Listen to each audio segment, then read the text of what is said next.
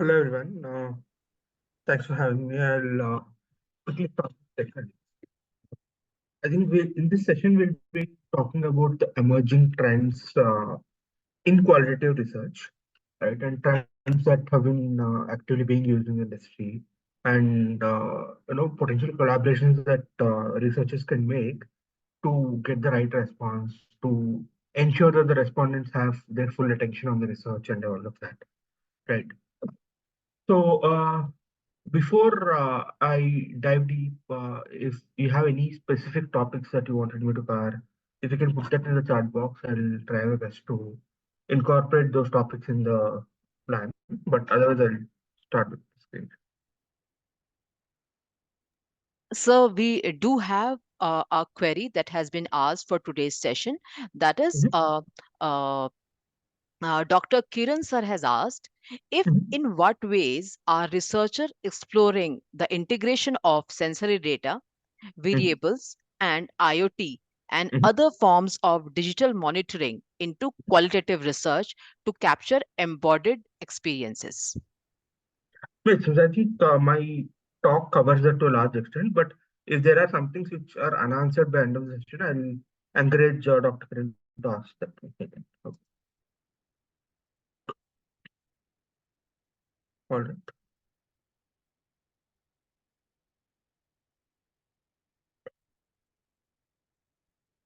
So, like I said, we'll be discussing the emerging trends. When I say trends, I do not want to dive deep into the technologies that are being used. I would talk about them, but I think it's important to understand the direction in which qualitative research is getting focused into, right? And then I'll talk about the potential collaborations and all that. So, I mean, when I thought of, because there are in any industry or any kind of practice, there are 100 things that are happening, but my focus has always been to zero down or three or top five things that are happening, right? So, when I talk about it, I think three things that comes as a standout things from my experience and what the industry is going through are these things, right? One is, over asking questions, which is how do you feel about a product which is green in color versus blue in color? How do we make sure that we capture their experience in the right way rather than asking them and having that conversation? So I think this biases is some question that which has come up in the last session also. And human bias, not understanding the question is a very common practice, common phenomenon in qualitative research. So, capturing experience of the user versus just asking question is one broader theme which is coming up in the qualitative research. So, how do you do that, right? I mean, it's important to capture the experience, but as long as you don't incorporate strong technology into the research process, you don't. You always have the human bias of what the experience, what is the user experiencing, right?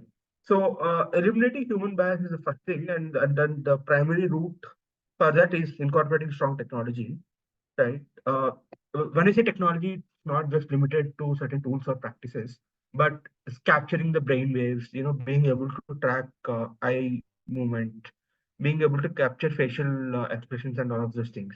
I'll talk about that in detail in my further slides. But artificial intelligence, especially in the last 3, 4 years, has become a very, very major tool in qualitative research. Uh, so, how did artificial become intelligence become is because unlike a human brain, which comes with certain sets of biases or certain set of strong opinions, and the ability for the humans to map their data captured with the end output.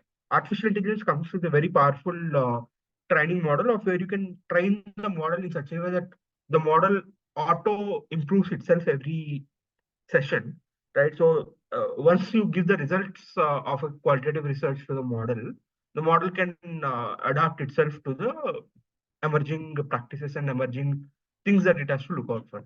So I think that's one powerful thing that is happening. I'll probably quote a few examples also as we move ahead in the section. Right.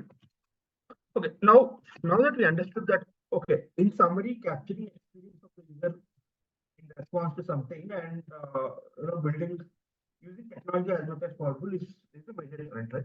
So how do we do that? Right? So There are some broad categories that I would want to bring up here. Right.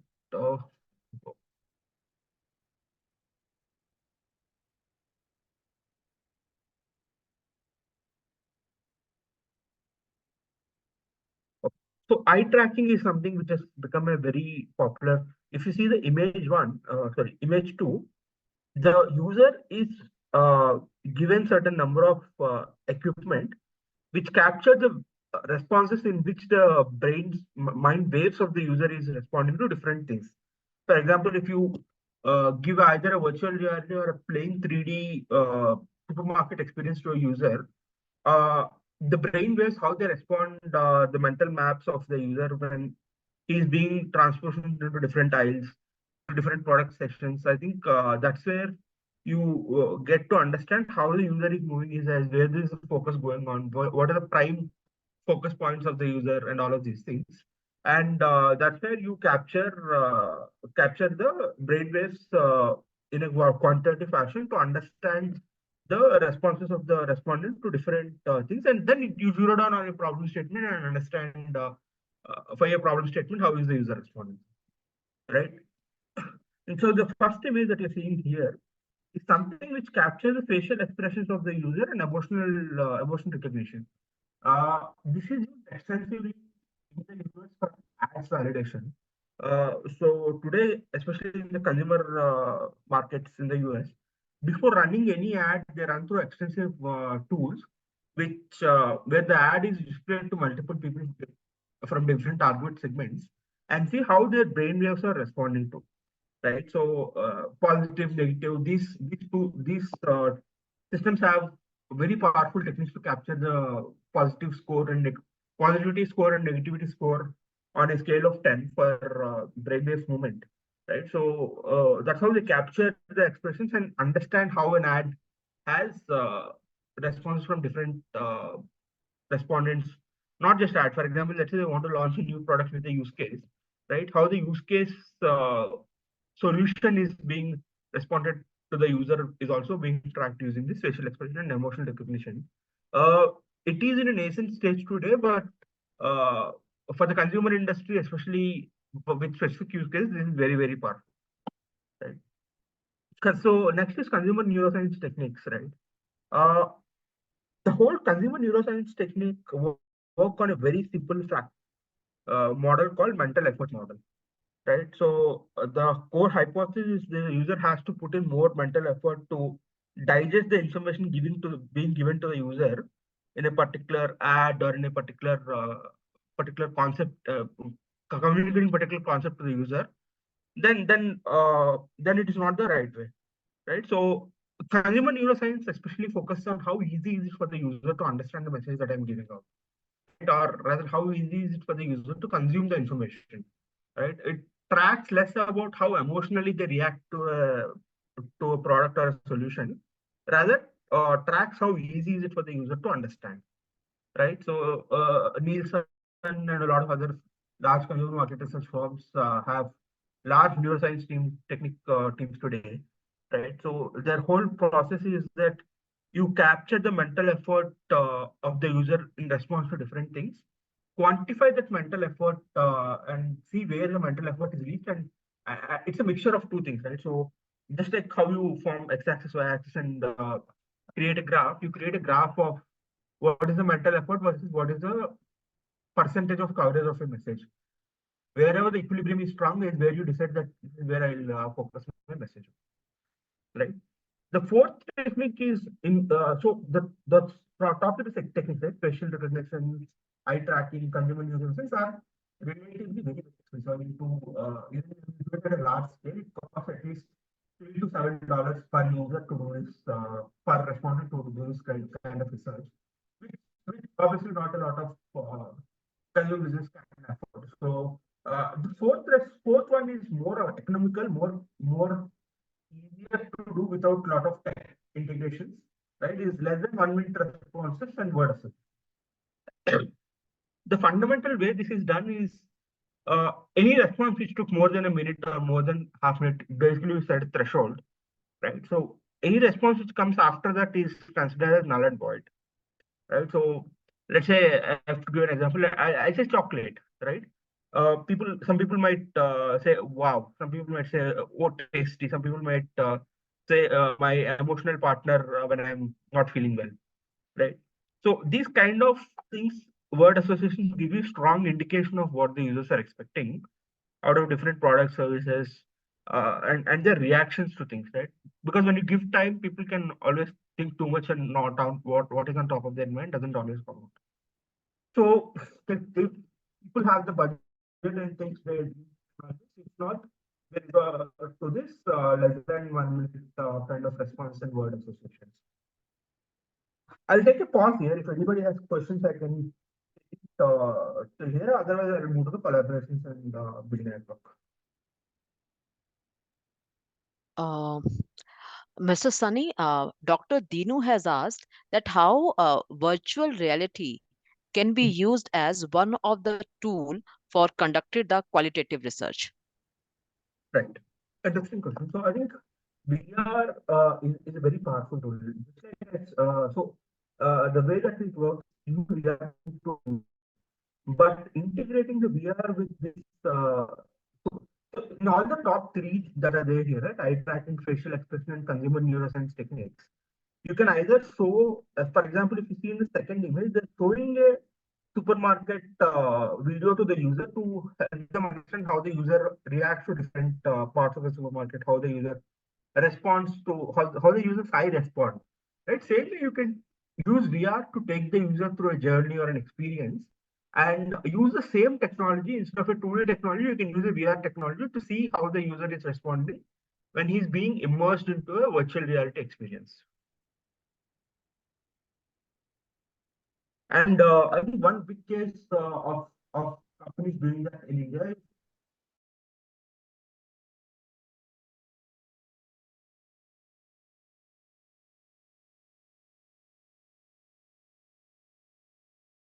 HRS to come and they've given a virtual reality of experience of different teams to users. So for example, for uh, uh, uh, greenery team and all of these things, and which help them understand how users are responding to this virtual reality concept, and they use that data to understand what kind of things should they be building on. Does it answer your question, Dr. Nipal? That does Yes, sir. answer Thank the you. question?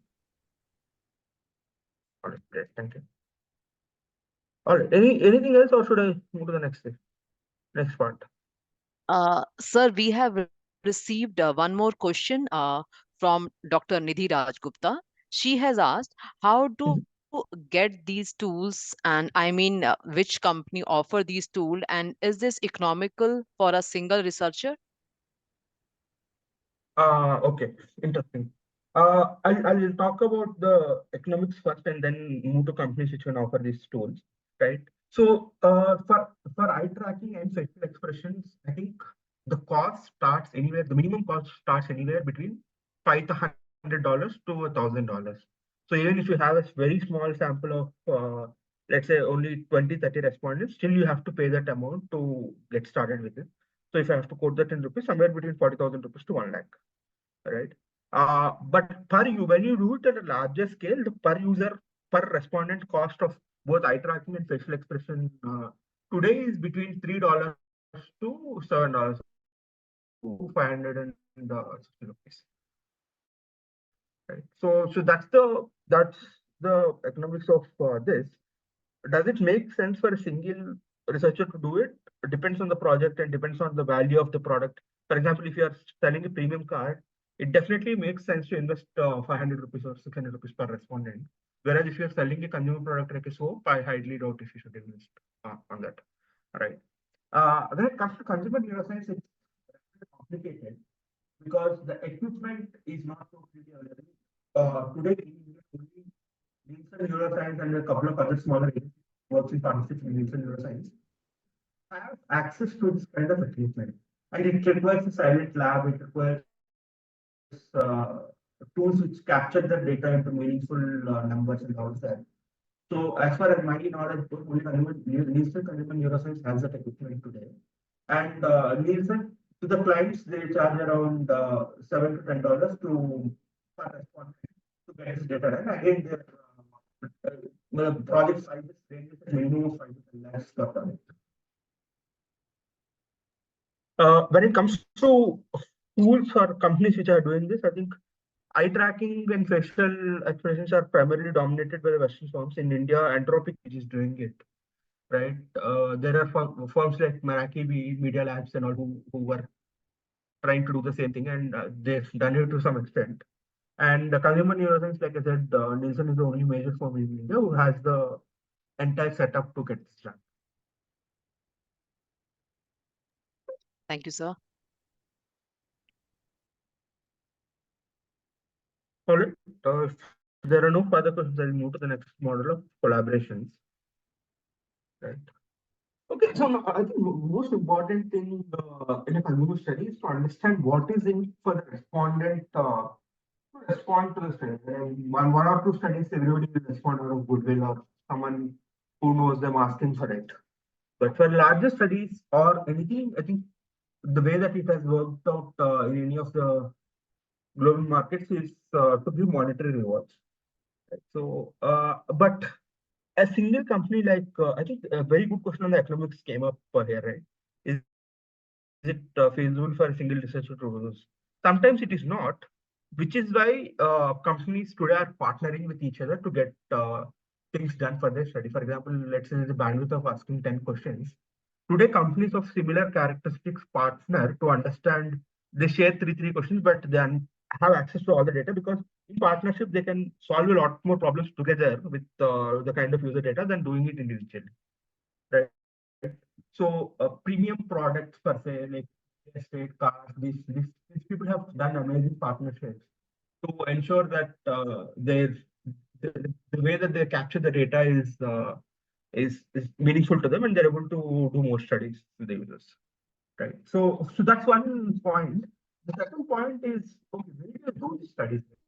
For example, if you have access to an Anthropic or any other tool today, but you don't get users to give you the 20 minutes of time always in all the cases. So I think from a video perspective, what has worked very well in the market research is when you do it at places where the user doesn't have anything else to do, right? For example, boarding gates at the airport or supermarket building lines, etc.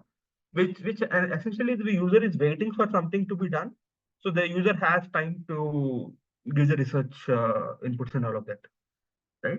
And the third way, which is very powerful and which is being successful, is today there are a lot of apps and platforms which capture certain number in the kind of user, right? For example, if you take the medical or a medical doctors and their community, there are apps which are used by doctors to discuss their cases, discuss their patients' unique problems that are not common with the more expert community and get their feedback and all of that. Right? So those are the kind of apps where you can target doctors if you're in the health tech industry or something like that. Similar way, there are platforms like Cred which target upper middle class and above users who are financially disciplined and all of those.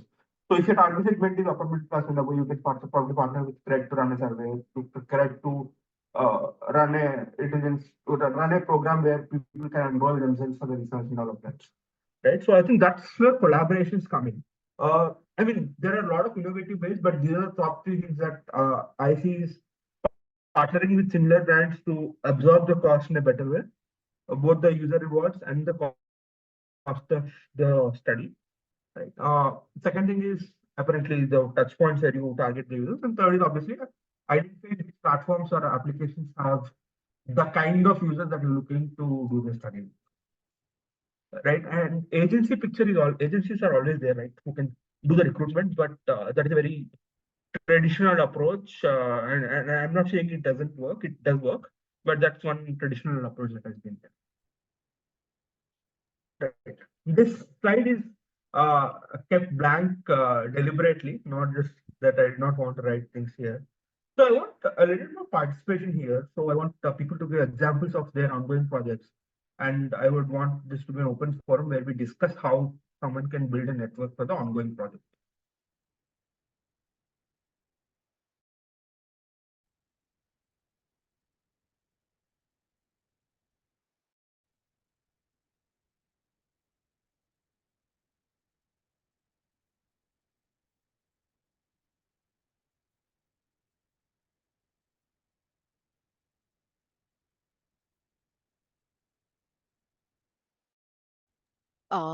Sunny sir, uh, though I am not able to build a network on this slide, but yes, I would like to discuss on that uh, we are working on a project on in which we are studying the social consciousness of the user regarding the environmental sustainable projects, in which we are trying to understand a couple of high income groups to understand that are they really ready to pay for the products which are costlier but which are environmental sustainable too.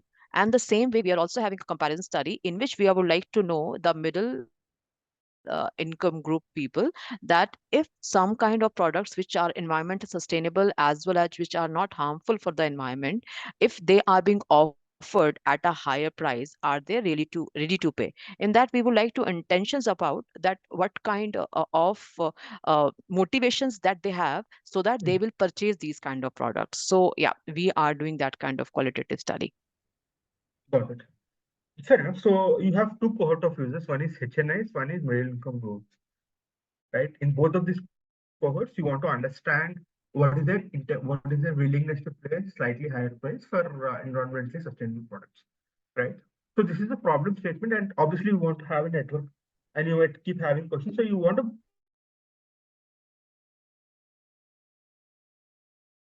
build stages of the study and Yeah, the research and the launch, yeah. right? So I think for a project like this, the most important thing to do is to build a solid high intent group and a medium intent group, right? I mean, a low intent group is something that who are outside of your target market, anyways.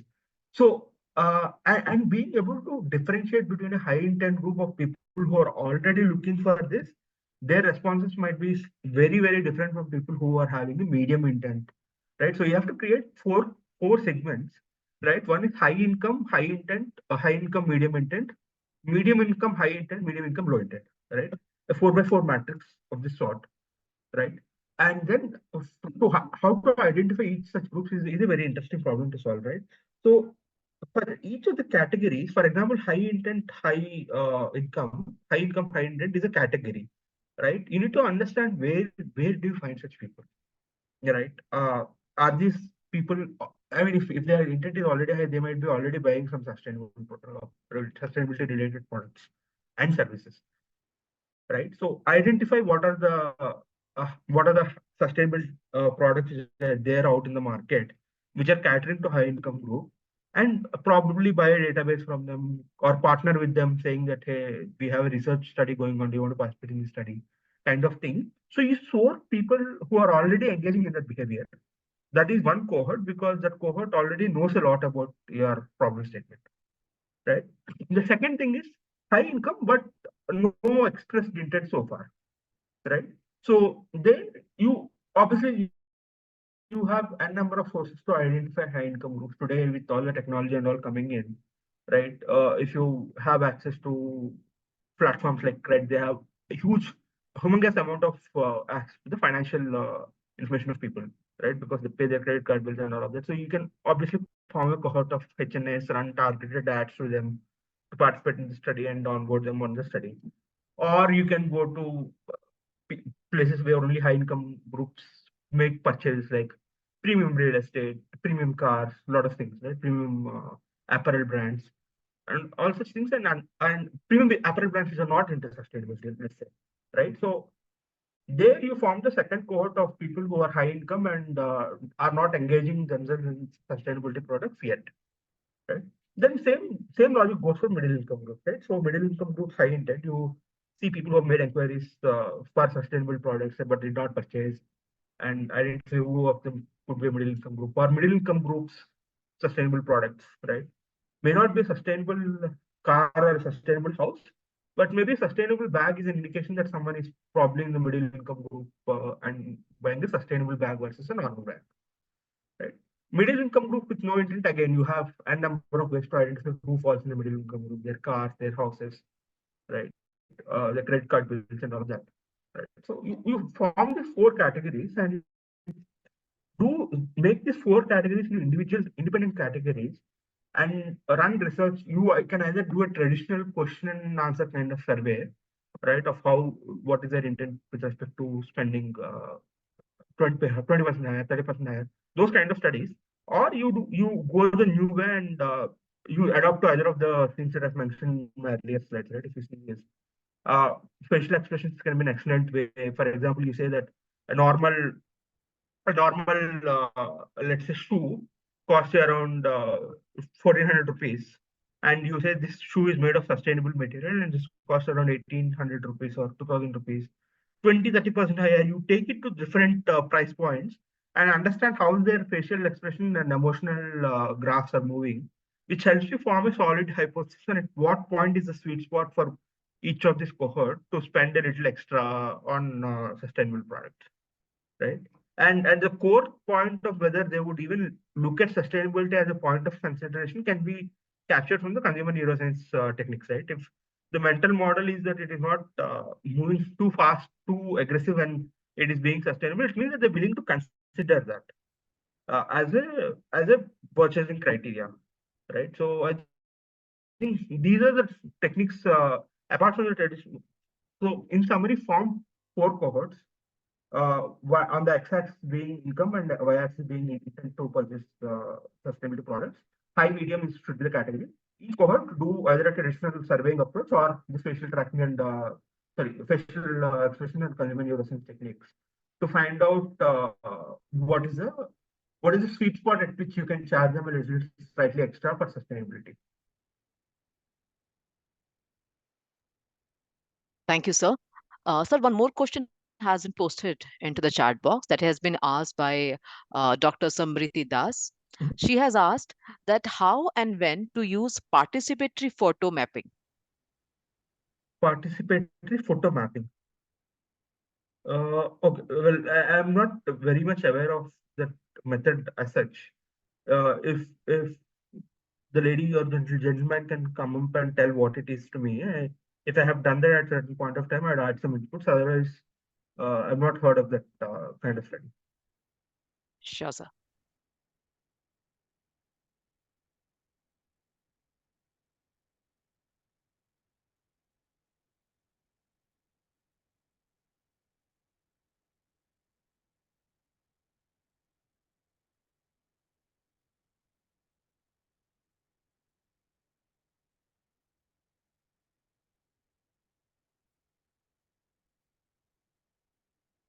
Okay, any other Hello, questions that we am I have? audible? Yeah, you're on. Sir, so I read about this method part called participatory photo mapping, where photographs or photographing of focus group discussions and moments. I do not know whether it is moments that they capture or what is the phenomenon that they are capturing through participatory photo mapping, but it is the use of photographing certain content that adds to the data. So I also did not understand much about the methodology, because of which I raised the question here. If you can, sir, kindly enlighten us with that. To be very honest, it is not a very standard practice in the industry. So, I mean, at least in all the consumer firms that I have worked with, I have never seen this practice being implemented. And I do not know about this, so I'd rather not speak about it rather than give some generic information about it. Thank you, sir.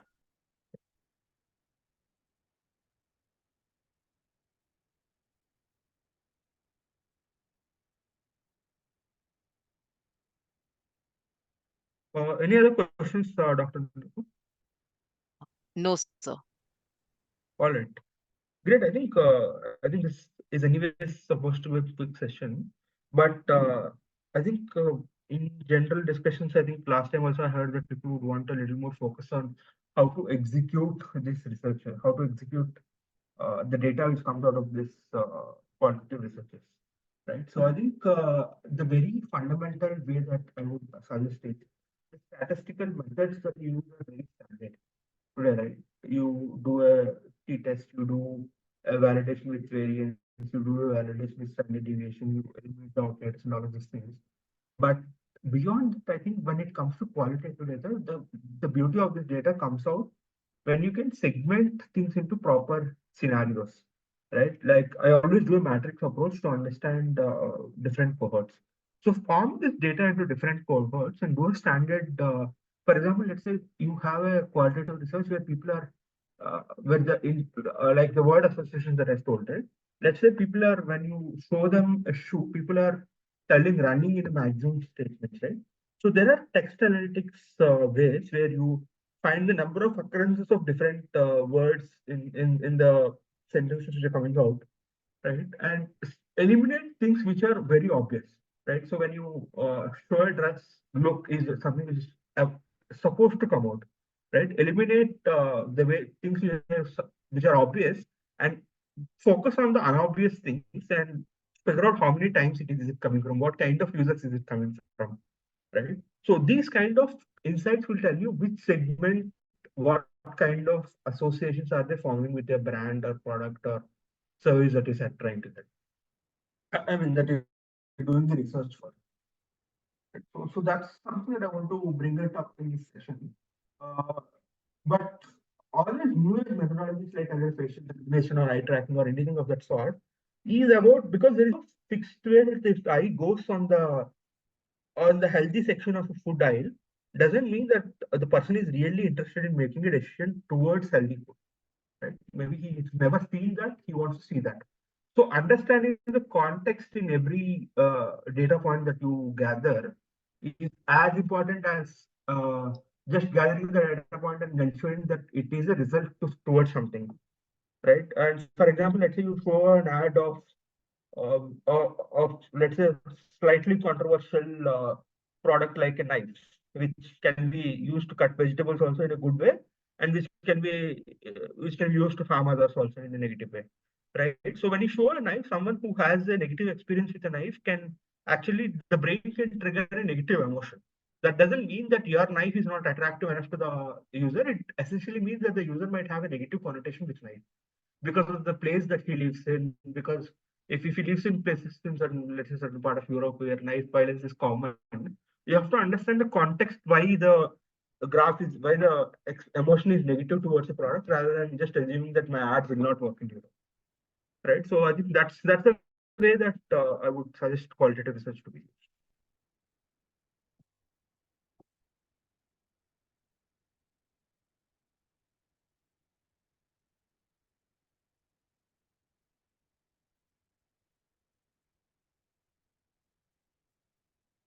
All right, if you don't have any questions, I think we can wrap up the. Oh, okay.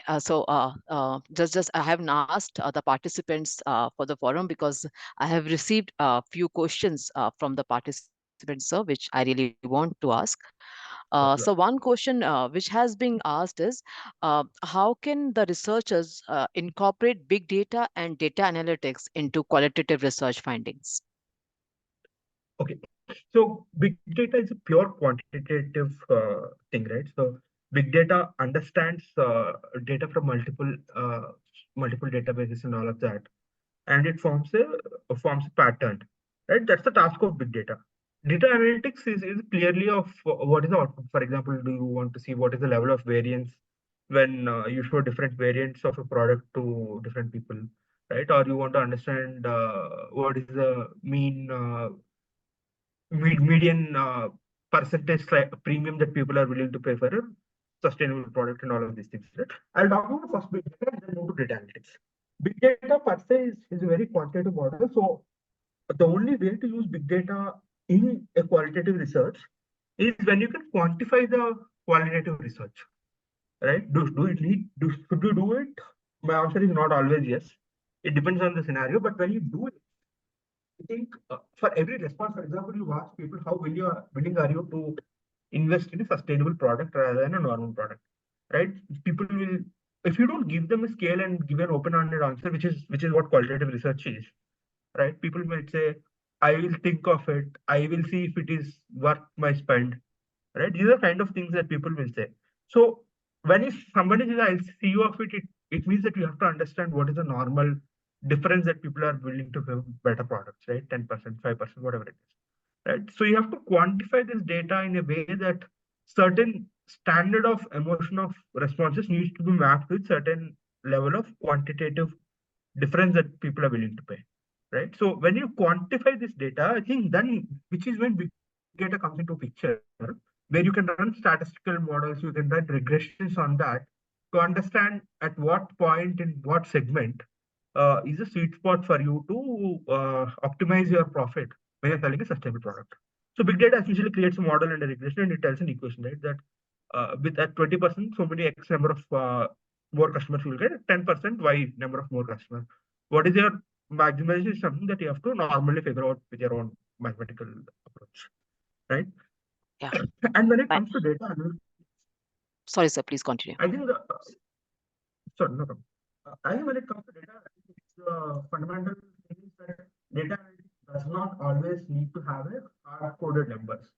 Right? Data, you can still do data analytics by identifying the number of keywords, number of occurrences of certain keywords in different responses, and all of that, and say that association of sustainability brand versus status symbol is 20% of the respondent feels that status symbol per se have a very high association with sustainable brands, right? So you can figure out that status symbol is one key aspect that I should focus on, and all of such things, right? And and then your market is always focused at people who are conscious of this status symbol as a parameter here. Second way that it comes out is, okay, you want to understand what percentage of people, what kind of premium are they willing to pay, right? So with qualitative research, with only data analytics not involved in big data, the beauty of this is that you can still figure out number of positive sentiments, number of negative sentiments. You still have to quantify it, but that doesn't mean that you have to fully make it into a number game. You can say that 40% of the people are okay to invest slightly higher. How much that slightly is always subjective, but you have a direction towards your decision from the research rather than a decision itself. So, but whereas big data is always about uh, integrating that data set with number to have a final decision in terms of the number, right? So I think this is how you would use qualitative research data in both big data and data analytics. Thank you, sir. There is one more question which has been asked by Dr. Janani. She has asked for that which kind of research, qualitative versus quantitative, which kind of research do you prefer, and the reason why, and how can you take out the biasness of the responses from the same kind of researches? Very interesting question. And so, I mean, personally, when I'm doing research or when I direct research projects, when I do not have a clear hypothesis of what the consumer wants or what the user is looking at, I always start with qualitative. I have certain inferences. For example, if I have to discuss this problem situation that you guys are trying to solve, right? When I don't have an inference of what is the level of premium that people would pay for a contract, I would always start with qualitative. Maybe probably do some ethnographic kind of study, spend time with the who engage in this kind of products and understand what their expectation is, right? So you are not audible, sir. Is it better now, Dr. Nup? Yeah, this is fine. Okay. So what I'm saying is I'll start with the qualitative research when I don't have a clear understanding of the segments that I'm trying to do a research on, right? I'll form certain insights of what the expectation is, what is it that people are broadly looking at from the qualitative data, and then I once I have certain insights on, okay, maybe people are willing to pay between 10 to 30% from my qualitative data. Once that is the insight, then I will do a more quantitative study to understand what is the real sweet spot at which people are willing to pay, right? So that is the approach that I would suggest. And even for Sir, you are not audible.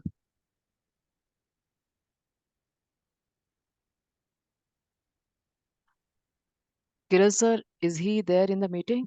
yeah, I rejoined. There's a drop in my internet. Yeah, sorry. Yeah. So, like I said, qualitative said, get some insights, validate that quantitative, do study on the quantitative, to identify what is the sweet spot.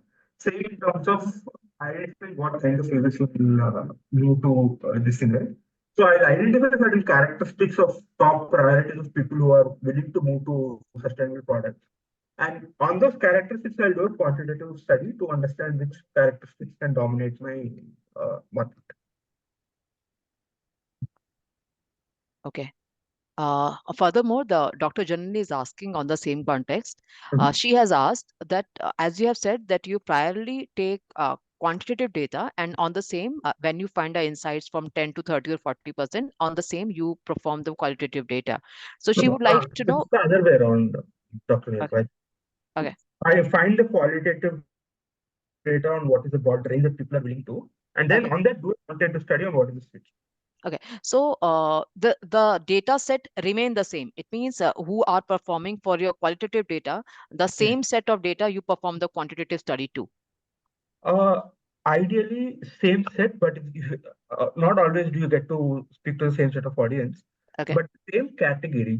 Like I said, the four by four matrix of affordability. I mean, middle income group versus intent, right? Mm-hmm. So if I'm doing a qualitative study in high income, low intent, medium intent, I have to do it on the same category of people to get the right results, to marry my data from qualitative into quantitative.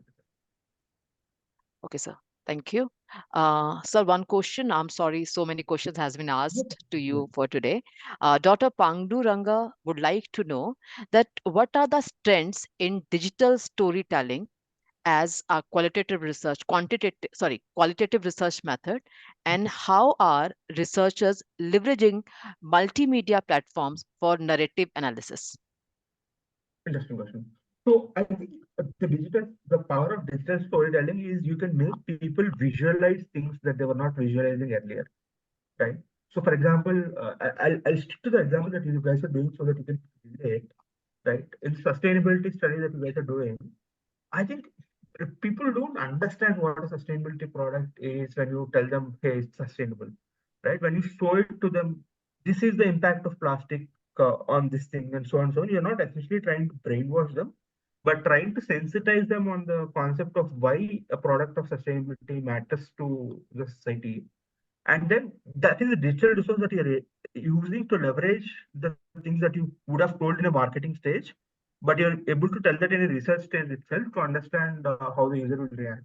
I think that's the way that you can use digital assets in research, making people visualize the things that they wouldn't have otherwise, and also breaking the boundaries of being able to reach the consumer. Right? For example, let's say someone is stationed in Bangalore and doing the research, they wouldn't have access to otherwise people who are probably semi-literate or illiterate and do not have access to social media. You can't find such people in Bangalore city and around, right? So digital breaks the barrier where you can send some friend send a field researcher to some remote part of India, and that field researcher can still do the research on your behalf because the field researcher is connecting you to that kind of user, right? So I think those are the powerful ways you can use digital to sensitize the users and get the right input for yourself. What is the second part of the question? I forgot. So he has asked for the how researchers leveraging multimedia platforms for narrative analysis.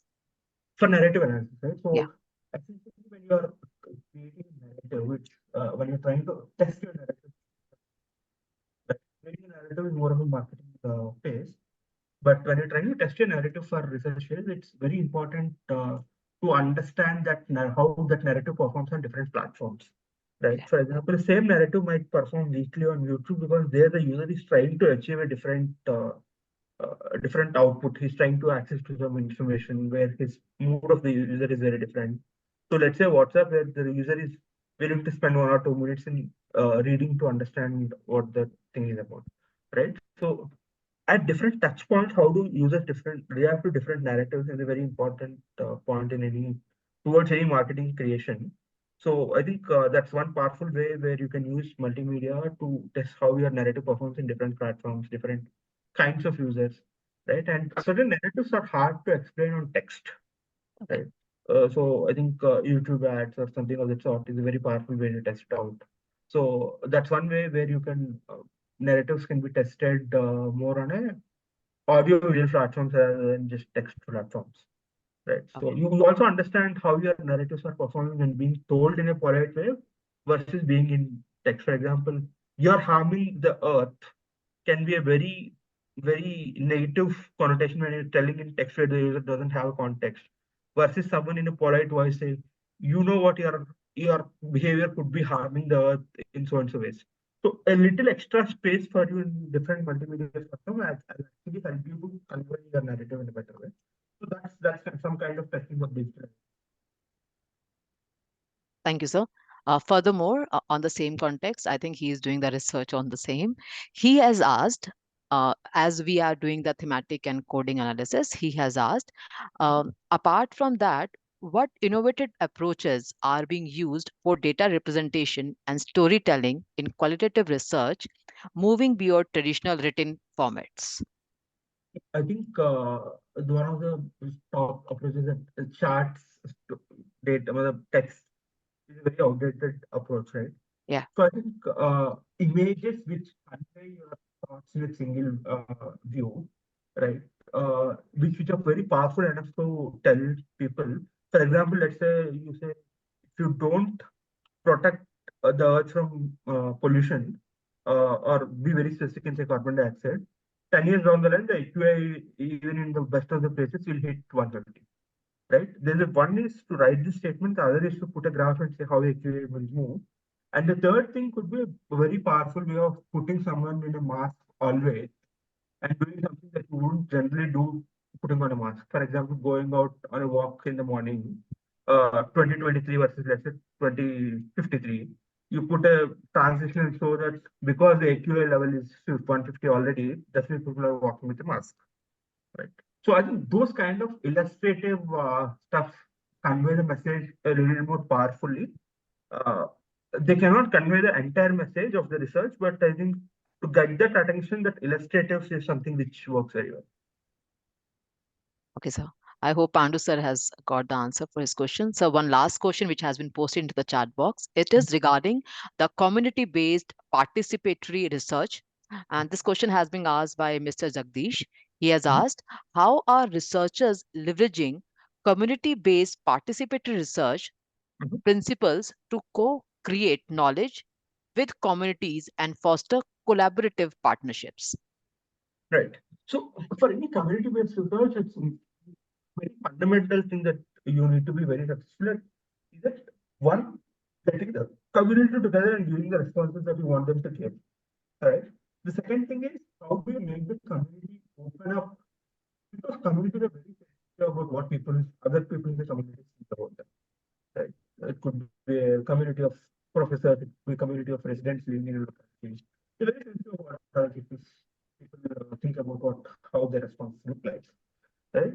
So eliminating that conscious bias of giving the politically right answer, right, to correcting the community which is common in characteristics and eliminating the bias that naturally comes out in community research. I think these are the two main factors which lead to success in community researchers, right? And especially when you're doing community-based research, it's very important to uh, kind of at one stage quantify that data, because unless you're doing quantifying the data at certain point of uh, the journey of the research, you don't get the common characteristics out of that thing. It's not, you can't form 5 6 hypotheses based on the community research. You have to get a common characteristics and of the community's thought process, right? So I think at some point in the journey you have to quantify that data in community based research.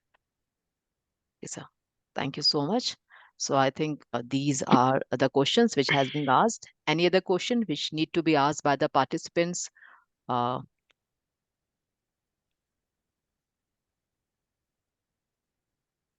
I think you have answered all the questions which were there into our participants' mind. Thank you so much, sir. So it is with immense gratitude and admiration that I would like to express our heartfelt thanks to Mr. Krishna for his illuminating insights into the emerging trends in qualitative research. Mr. Krishna, your presentation has been a beacon of knowledge, shedding light on the evolving landscape of qualitative research.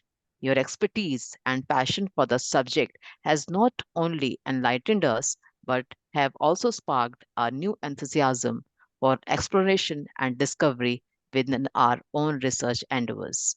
Your ability to navigate and articulate the intricacies of emerging trends in qualitative research has been nothing short of inspiring. As you guided us through the complexities of qualitative research trends, you not only broadened our understanding, but also fueled our curiosity to delve deeper into dynamic world of quantitative inquiry.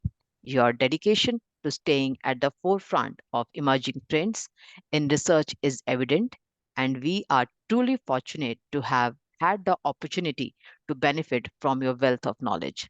Your commitment and advancing the field undoubtedly left an inedible mark on each of us gathered here.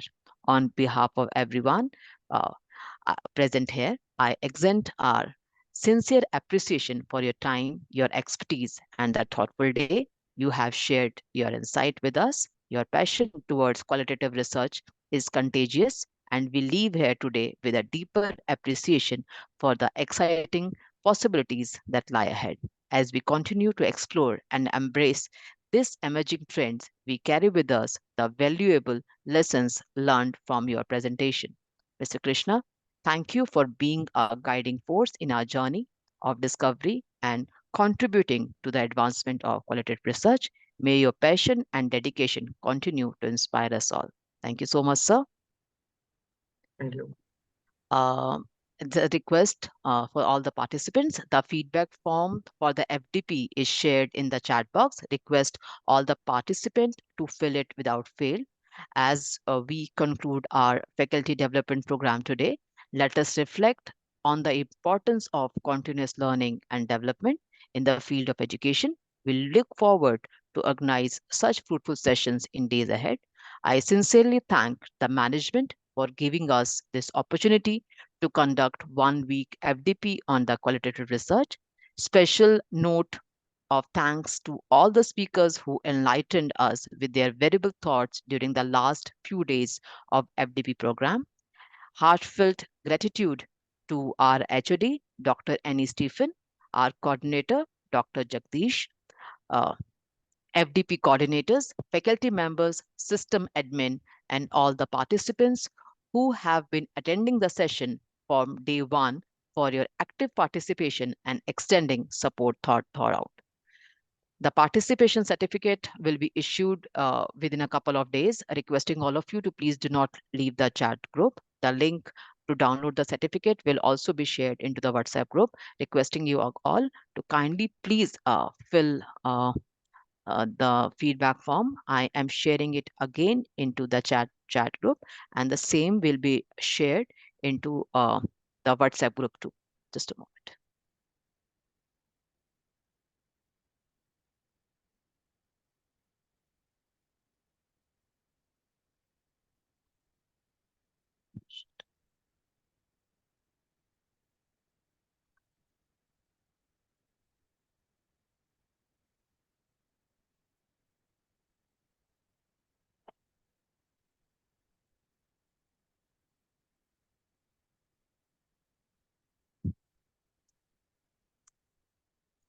The feedback form has been shared, requesting all to kindly please provide your feedbacks.